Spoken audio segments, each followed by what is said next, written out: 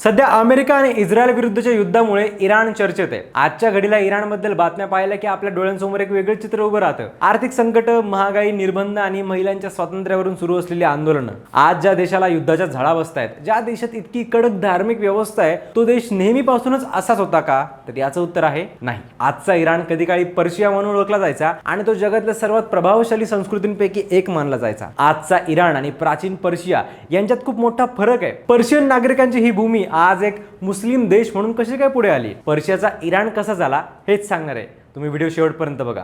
नमस्कार, मी संकल्प पाटील आणि तुम्ही बघताय लगाव बत्ती। या प्रदेशातली पहिली मोठी संस्कृती साधारण 3000 वर्षांपूर्वी विकसित झाली।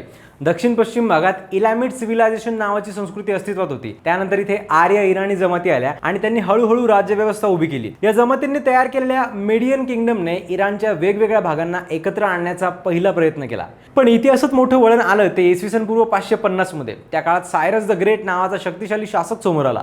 त्याने मीडियन सत्तेला पराभूत करून जगप्रसिद्ध अकॅमेनिड एम्पायर उभं केलं। या साम्राज्याचा विस्तार इतका मोठा होता की आजच्या भाषेत सांगायचं झालं तर त्याचा पसारा सिंधू खोऱ्यापासून ते इजिप्त आणि युरोपपर्यंत पसरला होता। पुढे डेरियस द ग्रेटच्या काळात या साम्राज्याची ताकद आणखी वाढली। त्या काळात पर्शियामध्ये मुख्य धर्म होता झोरास्ट्रियन धर्म। या धर्मात सत्य, नैतिकता आणि आध्यात्मिक समानतेवर भर दिला जायचा।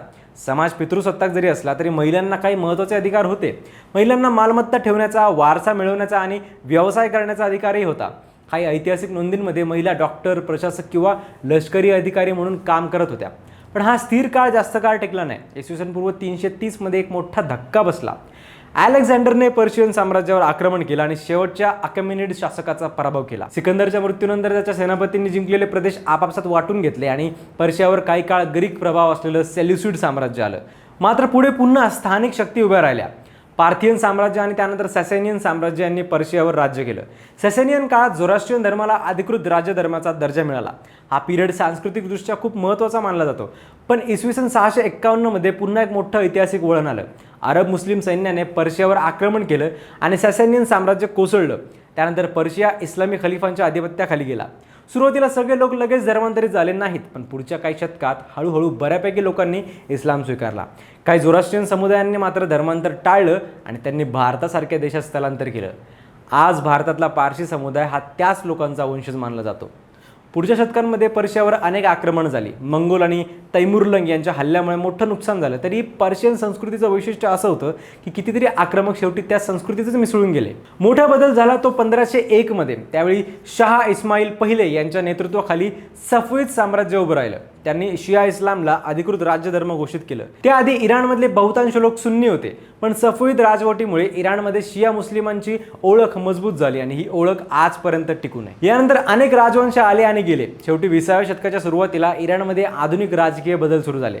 1925 मध्ये रेझा शाह पहलवी सत्तेत आले आणि त्यांनी आधुनिकतेकडे देशाला वळवण्याचा प्रयत्न केला। रस्ते, शिक्षण, प्रशासन यामध्ये सुधारणा झाल्या।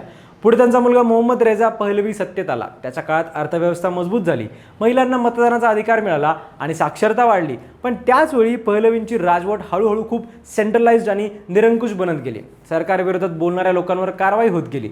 1979 मध्ये इतिहासातला सर्वात मोठा टप्पा आला। इराण क्रांती झाली आणि हजारो लोक रस्त्यांवर उतरले। या आंदोलनानंतर राजेशाही संपली आणि निर्वासनात असलेले धर्मगुरू रुहोल्ला खोमेनी देशात परतले। त्यानंतर इराणमध्ये इस्लामिक रिपब्लिकची स्थापना झाली। या व्यवस्थेत सर्वोच्च धर्मगुरू म्हणजेच सुप्रीम लीडर हा देशाचा सर्वोच्च अधिकार बनला। आजचा इराण त्या क्रांतीच्या परिणामांवरच उभा आहे। धार्मिक नेतृत्व, कठोर सामाजिक नियम आणि पश्चिम देशांशी असलेला तणाव यामुळे देश सतत चर्चेत असतो। 2026च्या सुरुवातीला सुद्धा अमेरिका आणि इस्रायल विरुद्धच्या युद्धामुळेच इराण पुन्हा एकदा चर्चेत आलाय। अनेकांना प्रश्न पडतो की हजारो वर्षापूर्वीची खुली आणि समृद्ध पार्शियन संस्कृती असलेला देश आज इतका वेगळा का दिसतो? खरं तर पर्शियापासून इराणपर्यंतचा हा प्रवास म्हणजे सतत बदलत गेलेल्या राजवटींची, धर्माची आणि सामाजिक विचारांची एक दीर्घ गोष्ट आहे। म्हणजेच आज आपण पाहतो तो इराण या हजारो वर्षांच्या ऐतिहासिक घटनांचा परिणाम आहे। एकेकाळी जगातलं सर्वात मोठं साम्राज्य, एकेकाळी आक्रमणांचं रणांगण, एकेकाळी आधुनिकतेकडे झेपवणारा देश आणि मग धार्मिक क्रांतीनंतर बदललेली व्यवस्था, या सगळ्या टप्प्यांमधून जात आजचा इराण तयार झाला आहे। आणि म्हणूनच जगाचं लक्ष आजही या देशाकडे लागलेलं आहे। कशी वाटली तुम्हाला ही पर्शियाची इराण होण्याची गोष्ट? कमेंट्समध्ये नक्की सांगा आणि सबस्क्राईब करा लगाव बत्ती।